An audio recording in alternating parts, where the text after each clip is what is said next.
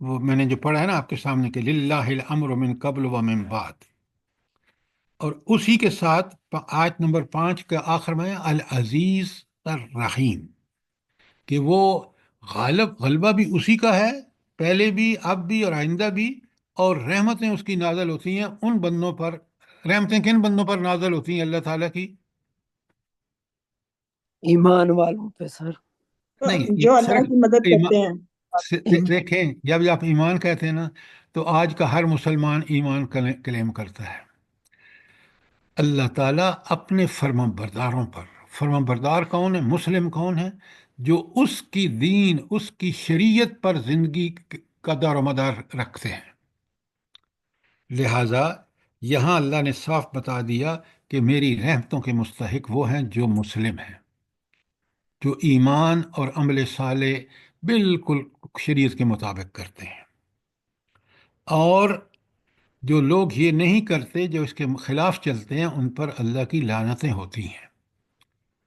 اور قرآن نے صاف بتا دیا وَمَنْ أَعْرَضَ عَنْ ذِكْرِي، جس نے میرے اس قرآن سے منہ موڑا فَإِنَّ لَهُ مَعِيشَةً ضَنْكَ، اس کی زندگی ہم تنگ کر دیتے ہیں۔ یہ اللہ کا فیصلہ ہے، اور اللہ کے فیصلے تبدیل نہیں ہوتے۔ یہ سر اللہ کی طرف سے وارننگ بھی ہے نا۔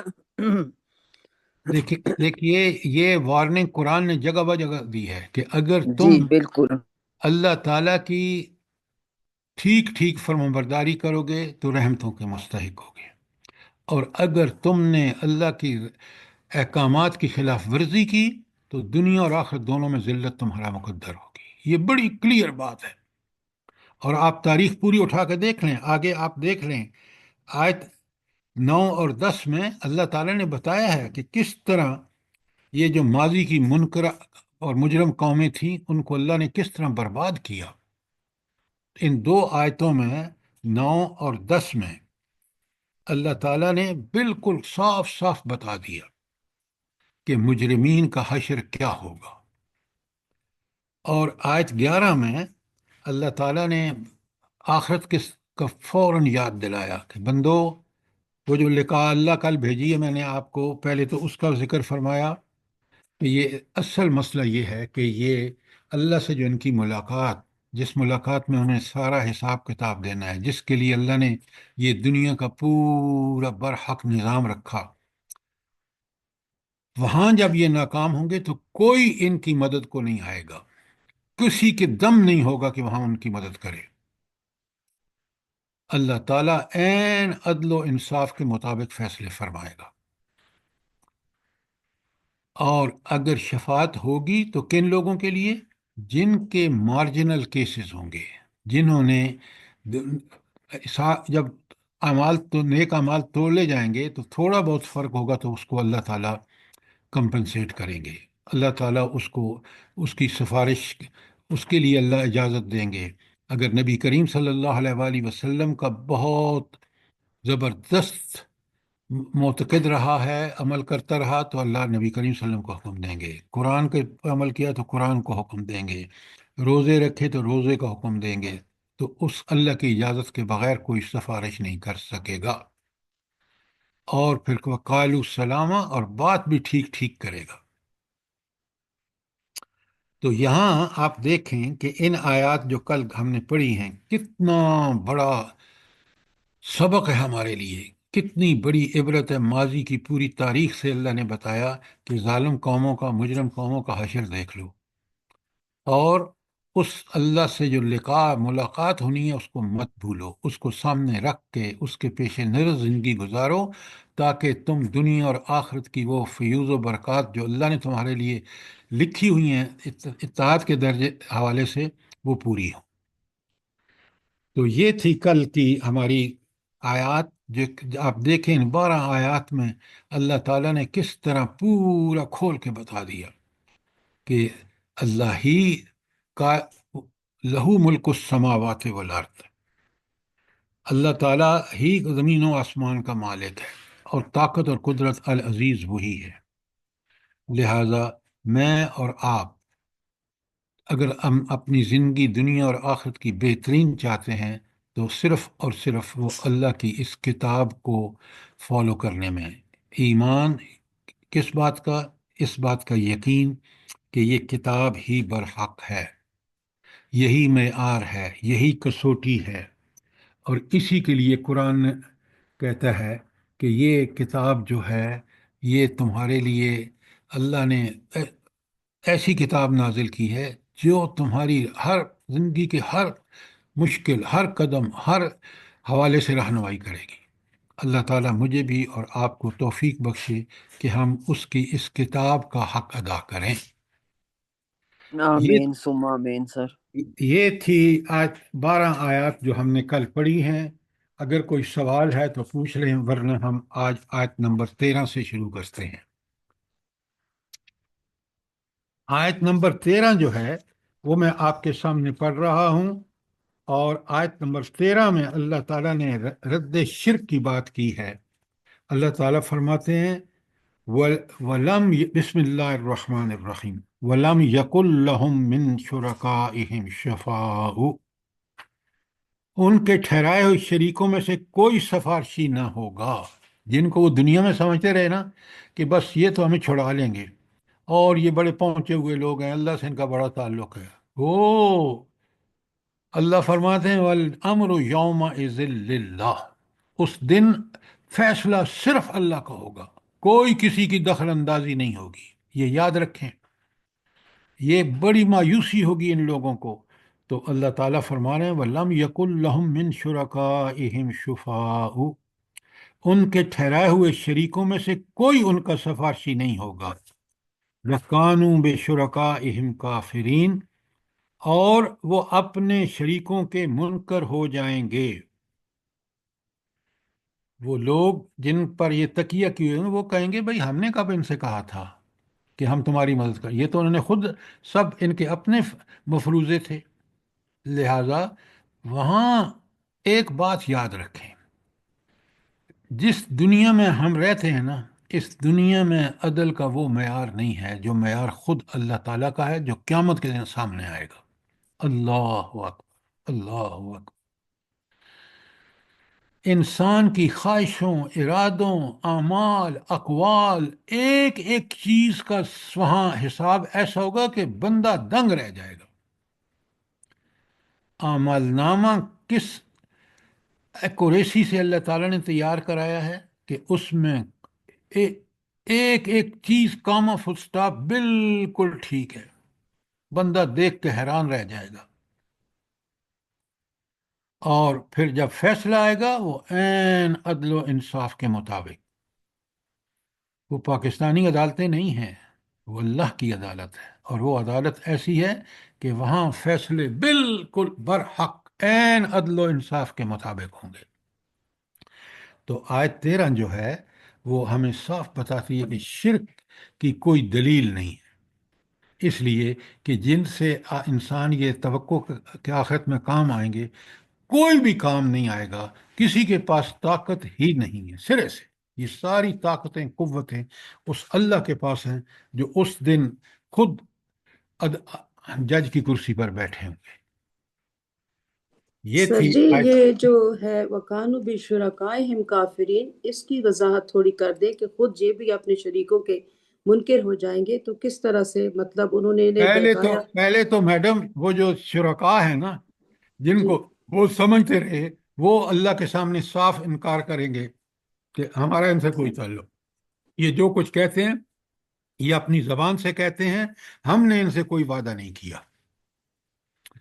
اور جن شرکاء نے وعدہ کیا ہے وہ اپنے گناہ بھی اور اپنے ان جن کے جو ان کے فالوور ہیں ان کے گناہ بھی اٹھائے ہوئے ہوں گے۔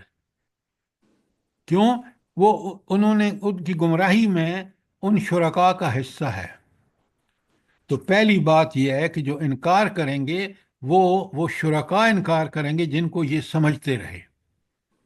مثلا اس میں کون لوگ ہوں گے؟ وہ اللہ کے نبی ہوں گے، انبیاء ہوں گے، صلحاء ہوں گے، جن کو انہوں نے غلطی سے سمجھا۔ انہوں نے کبھی نہیں کہا، نبی کریم صلی اللہ علیہ وسلم کا آپ کو پتہ ہے، آپ اپنی پیاری بیٹی فاطمہ رضی اللہ تعالی عنہا سے کہتے ہیں دنیا میں لے لو جو کچھ مجھ سے لینا ہے، آخرت میں تمہارے کسی کام نہیں آؤں گا۔ اپنی پھپھی، سگی پھپھی سے کہتے ہیں۔ تو یہ ہے اس کا مفہوم۔ اب بات سمجھ آ گئی؟ جی سر، جی جزاک اللہ. جی سر، سورہ المائدہ میں حضرت عیسیٰ علیہ السلام کا ذکر ہے کہ وہ اللہ تعالیٰ سے ایسے ہی فرمائیں گے کہ اللہ تعالیٰ میں نے ان سے نہیں کہا تھا کہ میری شریک بنائے مجھے. یہ آپ بالکل ٹھیک کہہ رہے ہیں. یہ اللہ تعالیٰ نے جو سورہ معاہدہ میں حضرت عیسیٰ کا وہاں ان کو کنفرنٹ کیا آخرت میں اپنی ان لوگوں کے ساتھ جو ان کو اللہ کا شریک سمجھتے رہے، بیٹا سمجھتے رہے، یہ وہی چیزیں ہیں جو ہمیں کلیئرلی بتا رہی ہیں دنیا کے اندر، اور آخرت میں یہ ایک مثال ہے آپ نے جو بیان کی ہے. اب آئیے آیت نمبر 14 پر، بڑے غور سے سنیے، سوال آ رہا ہے. بسم اللہ الرحمن الرحیم.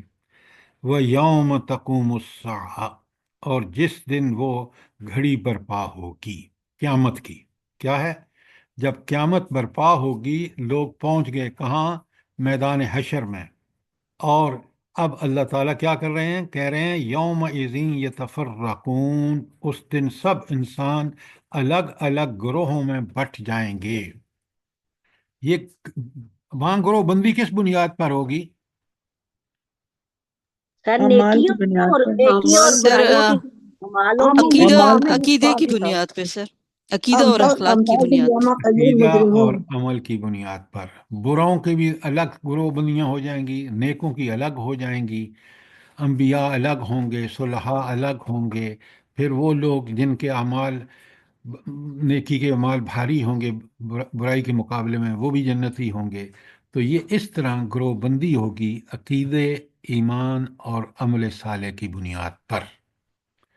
تو آپ دیکھیں دو لفظ اللہ نے یومئذ یتفرقون کہ الگ الگ گروہ میں بانٹ دیے جائیں گے، بٹ جائیں گے. یہ کتنا کمال کی بات ہے. یہ قرآن کی فصاحت بلاغت دیکھیں آپ، کہ ایک پوری انسانیت کا فیصلہ چند الفاظ میں. اللہ اکبر. قرآن کی فصاحت اور بلاغت، انسان دنگ رہ جاتا ہے کہ رب کی کتاب کتنی زبردست ہے. سر اور اس دنیا میں ہم نے جو بنایا ہوا ہے معیار، اس کی تو مکمل طور پہ تردید کر دی نا، جو گروہ بندی. دنیا کی گروہ بندیاں دھوکہ ہے. اللہ نے جس کو بہت کچھ دیا ہے، اس پر جتنا زیادہ دیا ہے اتنے زیادہ اس کے فرائض ہیں. اور ہم نے دنیا میں آپ دیکھ لیں آج ان حکمرانوں نے، نام و نہاد مسلمان حکمرانوں نے کیا تباہی پھیلا رکھی ہے. ان کو یہی نہیں پتہ کہ قیامت کے دن حضرت عمر رضی اللہ تعالیٰ مدینے میں حاکم ہیں، اور کہتے ہیں اگر دجلہ عراق میں بھی کوئی کتا مر گیا اس کے کنارے دریا کے، تو ذمہ دار کون ہے؟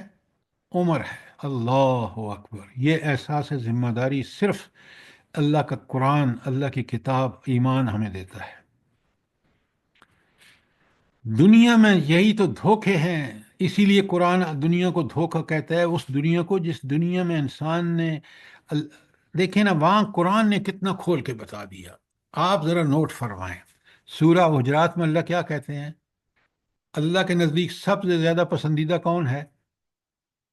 ان اکرمکم عند اللہ اللہ اتقاکم. اللہ اکبر. یہ ہے اللہ کا معیار، دنیا میں اللہ نے بتا دیا. اور متقی وہ شخص ہے جو اللہ سے ڈرتا ہوا اللہ کے نیک احکامات کو کرنے والوں کو بجا لاتا ہے، ان میں سبقت کرتا ہے. سارعوا الی مغفرۃ من ربکم، جلدی کرو. اور برائیوں سے مکمل اجتناب کرتا ہے. یہ ہے متقی. جنت اسی کے لیے تیار کی گئی ہے. تو قرآن نے دنیا میں بھی اور دنیا کی حقیقت کو اس طرح کھول کھول کے بیان کیا ہے. آیتیں میں آپ کو بھیج چکا ہوں. تو اللہ تعالیٰ دیکھیں نا، ذرا غور کریں. 14 نمبر آیت 5 الفاظ پر مشتمل ہے، اور آپ دیکھ لیں کتنی بڑی حقیقت اللہ تعالیٰ نے بیان کی ہے. اب اللہ تعالیٰ جو قرآن کا اسلوب ہے، اب اس قیامت کے کیا مظاہر ہوں گے. اللہ تعالیٰ فرماتے ہیں آیت 15 میں، بسم اللہ الرحمن الرحیم. فَأَمَّا الَّذِينَ آمَنُوا وَعَمِلُوا الصَّالِحَاتِ، وہ لوگ جنہوں نے ایمان لا کر عمل صالح صالح کیے۔ ایمان کے جتنے تقاضے ہیں نا، کہ اللہ کی عبادت ہو، بہترین اخلاق ہوں، بہترین عبادات ہوں، بہترین معاملات ہوں، سیرت و کردار ہو، یہ سارے عمل صالح ہیں۔ تو جنہوں نے ایمان لا کے ان تقاضوں کو پورا کیا، فہم فی روضۃ یحبرون، وہ ایک باغ میں، روضہ باغ کو کہتے ہیں، شاداں اور فرحاں رکھے جائیں گے۔ اب میں اور آپ ذرا امیجن کریں کہ ان باغات جو جنت کے ہیں، اس میں وہ اللہ جب کہتے ہیں نا کہ وہ شاداں اور فرحاں ہوں گے، پتہ نہیں کن کن نعمتیں جس کا انسان یہاں تصور بھی نہیں کر سکتا وہاں موجود ہوں گی۔ کاش پڑھنے والا یہ کہے کہ اللہم اجعلنا منہم، اور اس کے لیے کوشش شروع کر دے۔ یہ ہے اس آیات کا مطلب۔ تو یہ تو انعامات ہوئے 15 میں کن لوگوں کے؟ جنہوں نے اس شریعت کے مطابق زندگی گزاری جو نبی کریم صلی اللہ علیہ وسلم کے لے کے آئے تھے، قرآن اور سنت کے مطابق۔ یہ تھی آیت 15، اور آیت 16 میں آ جائیں۔ بالکل یہ کمپیریزن اور قرآن کا جو کنٹراسٹ ہے نا، تقابل کمال کا ہے۔ وہاں بتایا کہ ایمان اور عمل صالح کرنے والوں کا کیا ہوگا، اور یہاں دیکھیں وَأَمَّا الَّذِينَ كَفَرُوا وَكَذَّبُوا بِآيَاتِنَا، اور وہ لوگ جنہوں نے انکار کیا اور تکذیب کی۔ انکار کا مطلب ہے ماننے سے انکار کیا، تکذیب کا مطلب یہ ہے کہ پھر اس کے خلاف انہوں نے وہ سارے حربے بھی استعمال کیے جو انکار کرنے والے کرتے ہیں۔ ایک تو ہے نا صرف انکار کر دینا، کفرو، ایک ہے کہ اس کے لیے سارے حربے استعمال کرنا حق کا راستہ روکنے کے لیے۔ اس زمانے میں مشرکین مکہ نے کیا نہیں کیا جو نبی کریم صلی اللہ علیہ وسلم کا حق کا دعوت دے رہے تھے۔ آج کے دیکھ لیں آپ کا کس قدر یہ نظام، تعلیمی نظام ہو کافرانہ، آپ کا نظام عدل ہو جو آپ کے عدالتوں میں ہے، تو کس قدر یہ مجرمانہ ہے، کس قدر اللہ کے احکامات کے خلاف ورزی ہے۔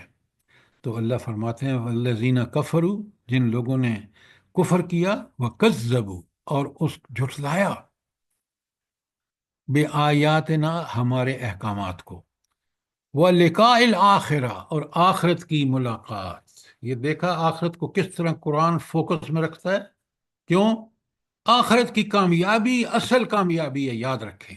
دنیا کی نعمتیں تو چند روزہ ہیں، عارضی ہیں، اور ثُمَّ لَتُسْأَلُنَّ يَوْمَئِذٍ عَنِ النَّعِيمِ، جو بھی نعمتیں یہاں ملی ہیں اس کا وہاں سوال ہوگا۔ لیکن اس فیصلے کے بعد پھر دائمی اور ابدی نعمتیں ہیں جنت کی۔ تو لقاء اللہ کو نہ بھولیے۔ ان آیات کو جو میں نے آپ کو بھیجی ہیں ان کے تراجم لکھیے اور اپنے پاس محفوظ کر لیجیے ہارڈ کاپیز نکال کے۔ تو یہ 3 کام کرنے والے، کفروا وکذبوا بآیاتنا، 2 یہ ہو گئے، ولقاء الآخرہ نمبر 3 چیز یہ ہوگی، فأولئک فی العذاب محضرون، وہ عذاب میں حاضر رکھے جائیں گے، غائب نہیں ہو سکیں گے وہاں سے، کیونکہ کنٹرول جس ہستی کا ہے وہ العزیز ہے، وہ غالب ہے، وہ وہاں سے 1 سیکنڈ کے لیے بھی ادھر نہیں ہو سکیں گے۔ اور پھر وہ عذاب جہنم جس کی اذیت ناکیاں اتنی شدید ہیں کہ کاش قرآن کو ہم سمجھ کے پڑھیں، تو انسان کبھی وہ جرائم نہ کرے کہ کہیں خدا نہ خواستہ وہ ان چیزوں میں اللہ تعالیٰ اس کو پکڑ لے جو مجرمین کے لیے ہیں، جو یہاں بیان ہو رہے ہیں، کافر، کاذب اور آخرت کے منکر، ملاقات آخرت کے منکر۔ سر جی ہمیں تو خود بہت محتاط رہنا چاہیے نا، اپنی ذات کو بچائیں، بجائے اس کے کہ ہم دوسروں پہ انگلیاں اٹھائیں۔ تو ہمیں تو خود بہت سوچنا چاہیے کہ ہم خود کہیں ایسے کام میں ملوث تو نہیں ہیں۔ یہ بات آپ کی 100% ٹھیک ہے، لیکن آپ کا کام یہ بھی ہے کہ دوسروں کو بھی بچائیں اس جہنم سے۔